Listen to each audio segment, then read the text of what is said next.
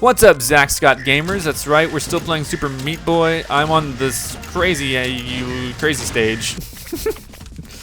This missile is way too fast for me. It's no good. I do not appreciate how fast this missile is firing at me. And I have to, it really sucks. I have to like make sure it fires and I have to move. And it's failing me every time.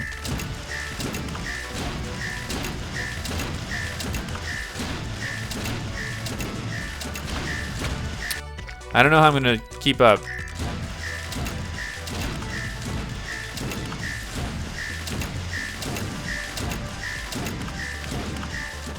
God, it's predicting my future movements. That is no good. Man, this like level has salts and blades and missiles and blades and freaking salt and missiles and blades. There's just no way to evade some of this stuff. The trick is to stagger your approach so that the missile fires at you but not quite at you. Maybe I can just walk through this one. Maybe this is finally the stage where I only walk. As you guys know, I like running through the stages because it's freaking quicker.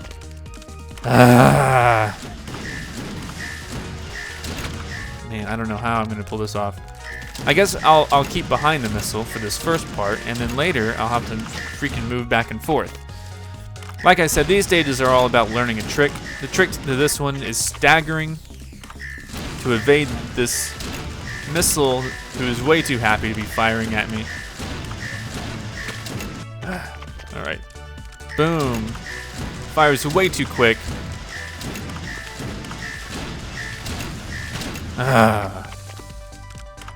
Okay.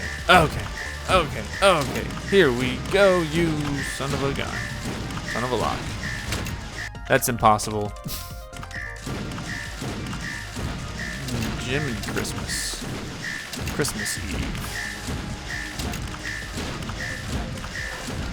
Oh, it's the farthest as I have gotten. You see, I was doing the whole back and forth thing, which I thought I would need to do when I got there, and I did it, and it worked, and then I didn't even see those other blades. This game requires great hand-eye coordination. So this is a game for true video gamers, people who've been playing all their lives. I still have trouble with it, even though I'm the best gamer in the world. I still have significant trouble with Super Meat Boy. This is, I said it before, and this is what I call Nintendo hard. And not just me, a lot of people call it, Google it, Nintendo hard. You'll see that some of the games that Nintendo made in the past were ridiculously hard because they needed extreme replay value. Go play Battletoads and do that game without dying over and over. I have my friend Peter Coffin, who by the way has his own channel now, his own game channel called Play with Peter, which to him sounds very gross. To me that sounds like a normal thing. Freaking glitch thing. I don't know what causes that. Anyway, what was I saying? I'm sure it was very important. Play with Peter. You can subscribe to him. He's playing Sonic right now. He's going to be playing some other games soon. I don't know which ones.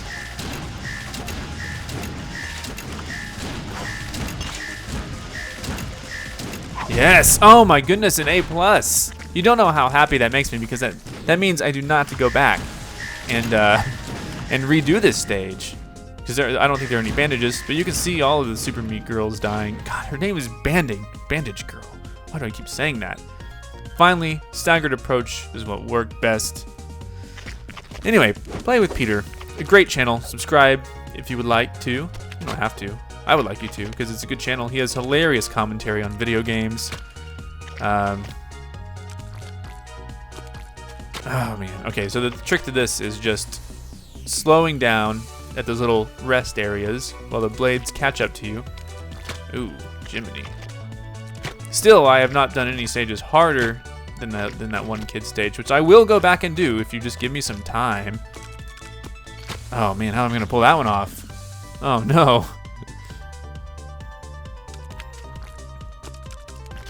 Ugh.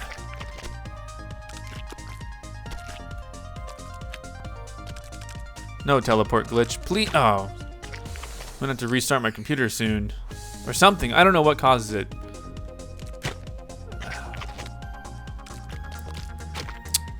Tisk tisk super bandage girl. It's a bad habit to call a video game character by a name that is not their own. It's rude. I can almost get there. Almost. This doesn't feel like a stage that should take me for freaking ever. But it probably will. Simply just given my nature. Goodness. Goodness, I say.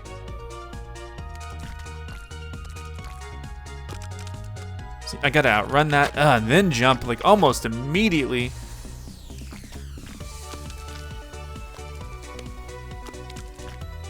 There we go. Another jump.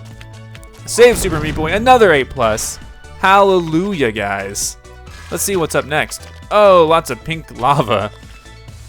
This doesn't seem too hard. What's the catch? What's the catch? What's the freaking catch? There's bound to be a catch. I don't know yet. I haven't quite figured out what the catch is. Oh, maybe the platforms progressively get smaller. I have to jump over more stuff. That stopped me last time. That stopped me this time. Let's not have that stop me again.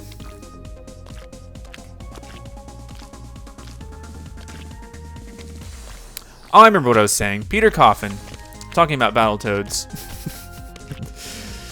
This game helps me express my ADD or whatever. Peter Coffin. He played the first 2 stages of Battletoads, and he was like, man, this game is easy. And I was like, yeah, but wait till you get to the 3rd stage. Sure enough, he experienced what everyone needs to experience, which is the 3rd stage of Battletoads. This game is actually forgiving in the fact that, you know, you have infinite replays. Okay, that caught up with me quicker than I would like. Oops.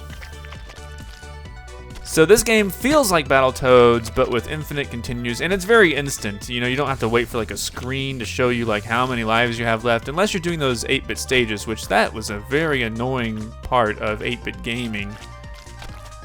So I can see they captured that perfectly on the 8-bit stages where, you know, you would die and it would show you how many lives you had left. But really, games, thank God, have evolved past that, and they just have constant life counters,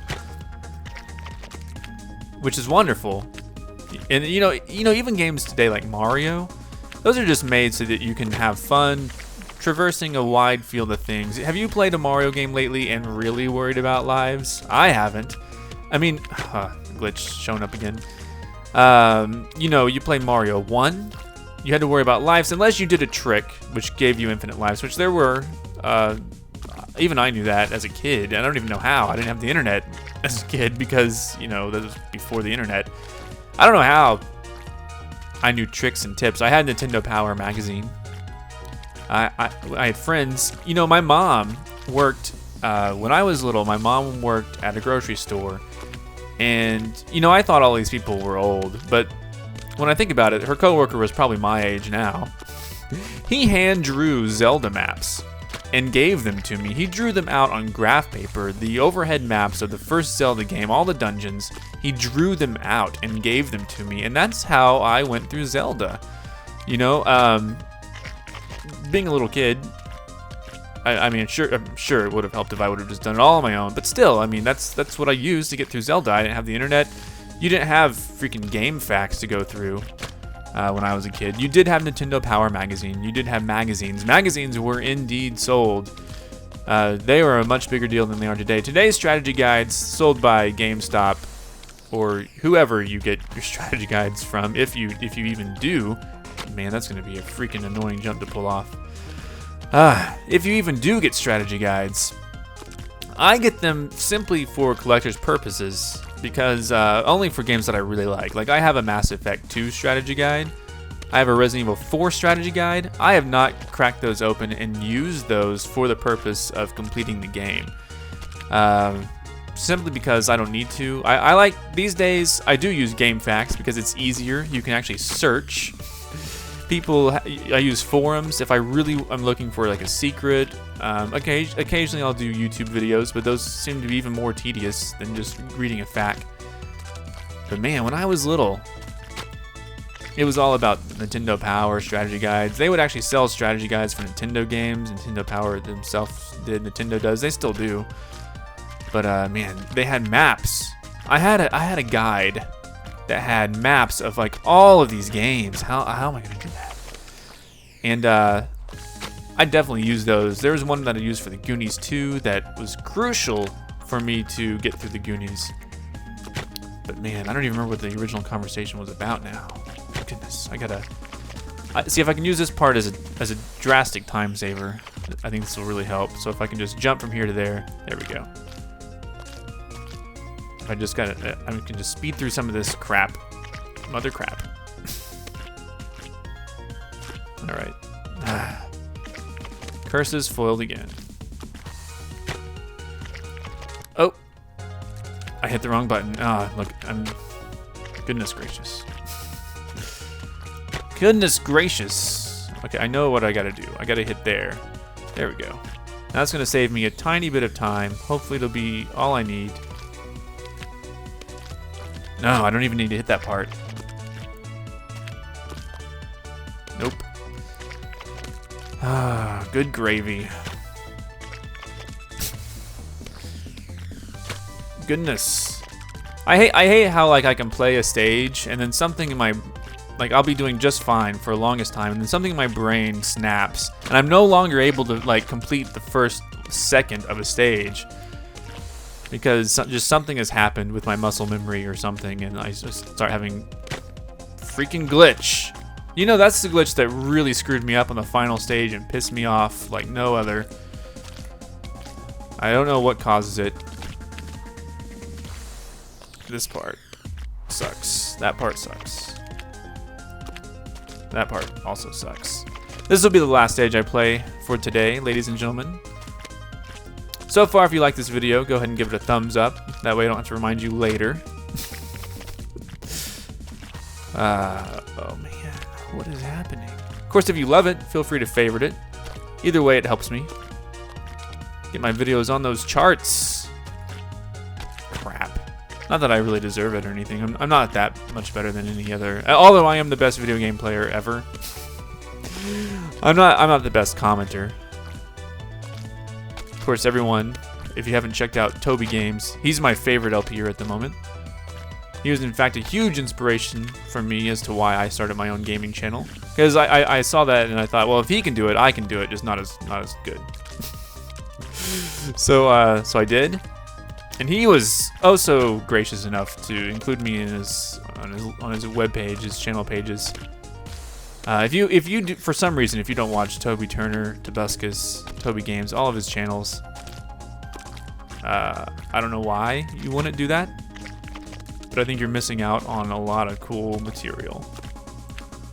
He's a very funny guy. He's one of the guys I've been watching on YouTube since, you know, for a very, very long time.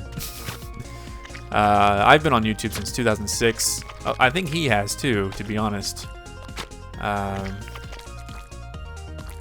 He's one of those YouTubers who I have watched, you know, like essentially grow into stardom, so to speak. You know, stardom's relative on YouTube, I think. Oh, that's the trick. That's the trick. That's all you got to do. Anyway, as I was saying, hey, plus another one in. How many is that in a row, guys? That feels amazing to pull off. He's one of the guys that I've seen, you know, just kind of go from being an average YouTuber to, you know, a very successful YouTuber.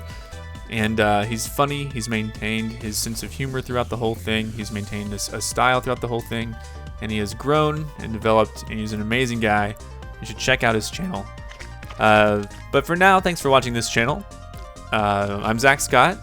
Be safe and have fun out there. If you find yourself in a room full of blades with an ever-increasing floor of liquid molten bubblegum, as you very may well in the future, just be careful, okay? Now, I don't know what you did to get to that point in your life. Probably wasn't anything safe. So that's what I'm telling you. That's why I tell you at the end of every video, be safe and have fun. Because it's important that you have fun, but it's also very important that you be safe. Because this could be very fun for you. But man, it sure is dangerous. You can lose your life. Until next time, check the description below for some more links. Linky dinks. And then you can leave comments and chat with me and your fellow gamers in the comments below, and I will see you tomorrow.